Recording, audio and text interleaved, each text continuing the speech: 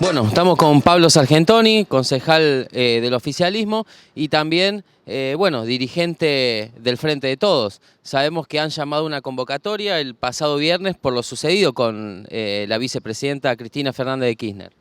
Bueno, sí, fue una especie de conferencia de prensa improvisada, porque sabemos, bueno,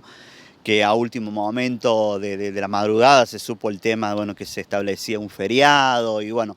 la verdad que buscar un tiempo, un momento era complicado para decir, bueno, en términos del trabajo de la gente, ¿no? Pero bueno, no podíamos dejar pasar esa situación, entonces se llamó a una conferencia de prensa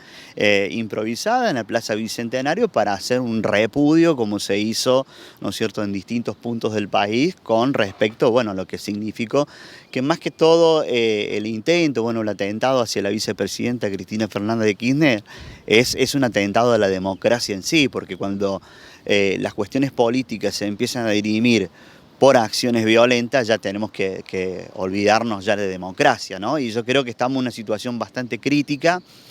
porque es muy difícil entablar diálogo o puentes, como se dicen, cuando el adversario no te quiere vencer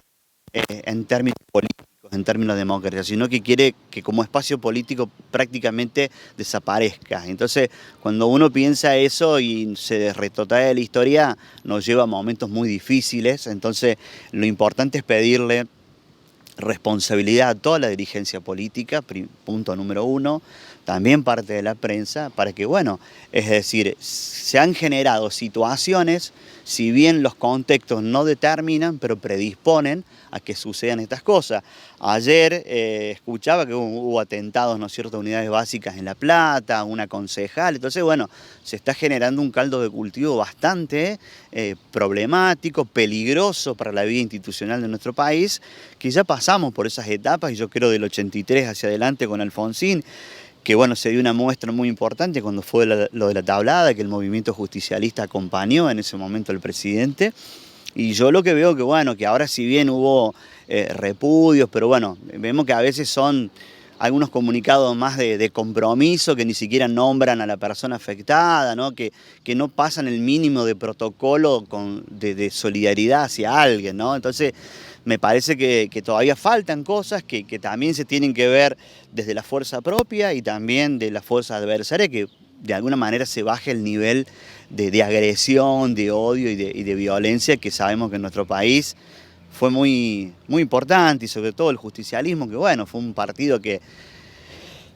bombardeo Plaza de Mayo, persecuciones, fusilamientos, es decir, secuestros de cadáveres, del cadáver de Perón, proscripción, todo lo que sabemos de la historia. Entonces yo creo que nadie quiere volver a eso, que los proyectos de país se dirimen en las elecciones y bueno, obviamente que cuando hay un gobierno siempre lo que está en discusión es el tema de la distribución. Acá en nuestro país en este momento hay un tema de puja distributiva. Hay una actividad económica que es muy importante en las fábricas de nuestra ciudad, en todo lo que es la producción, pero hay otro problema económico que tiene que ver con el tema inflacionario y que está muy relacionado con otra actividad, que es la actividad que tiene que ver con el sector productor y el ingreso de dólares a nuestro país. Bien, Pablo, sabemos que, bueno, el viernes lo que pasó fue como un punto límite, ¿no? Lo que pasó con la vicepresidenta, pero que días anteriores se venía generando toda una situación con la justicia, bueno, con la persecución, ¿no?, a Cristina, y vemos que dirigentes del ámbito local, por ejemplo el Partido Justicialista, no se pronunció, bueno, a favor o de Cristina o de la justicia. ¿Cuál es tu opinión sobre esto? En primera instancia sí, hubo una cuestión que se dio con el tema de la justicia, con la causa de vialidad nacional, donde bueno, importante porque muchos intendentes de la región, incluso el departamento de San Justo, se han pronunciado.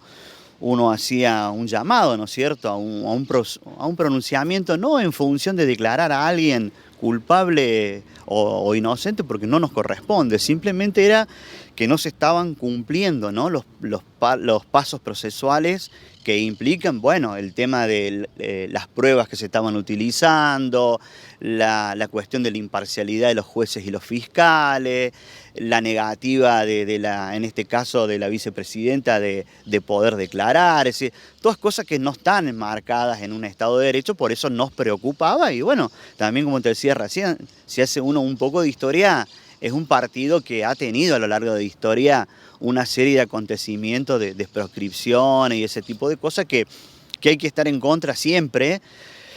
sea del partido que lo sufre, ¿no? En este caso el Frente de Todos, pero si es otro partido también hay que tener esa actitud, yo creo, democrática en este sentido y estábamos preocupados por eso, pero bueno, no pasó mucho tiempo lamentablemente y tuvo que el Partido Justicialista, ¿no?, salir a pronunciarse a nivel local, provincial, que creo que las palabras que han utilizado han sido muy atinadas, porque bueno, en otros casos, otros espacios políticos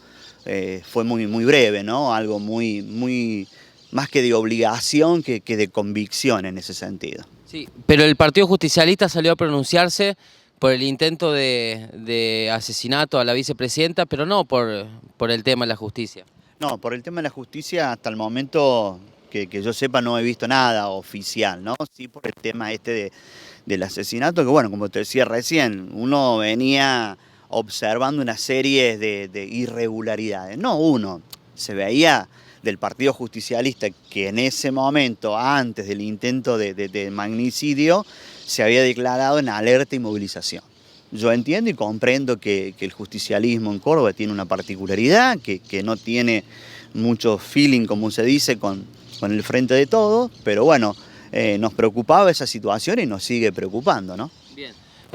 También recién nombrabas, ¿no?, a los intendentes que se habían adherido al pedido, ¿no?, también, o al apoyo a Cristina. Bueno, sabemos que el intendente Mauro Daniele no firmó ese pedido. ¿Cuál es también tu apreciación? Sí, bueno, días atrás se dio todo un tema por una fotografía, que había una imagen. No, el actual intendente no firmó porque, bueno, está enmarcado no dentro de una cuestión partidaria, sino de lo que llamamos un vecinalismo, y bueno, esa fotografía era tomada con anterioridad. Yo creo que nos debe preocupar a todos, más allá de la cuestión partidaria, cuando la justicia no cumple con los pasos, ¿no es cierto?, que después en última instancia es la que termina dando un veredicto de culpabilidad o no, pero lo importante es que se cumplan los plazos de estos procesuales porque es una cuestión de derecho para cualquier ciudadano en ese sentido, ¿no? Y el intendente tampoco asistió a esta conferencia de prensa, a esta convocatoria, cuando vimos a algunos dirigentes del movimiento Evita, por ejemplo. Sí, esa mañana, bueno, se informó a la noche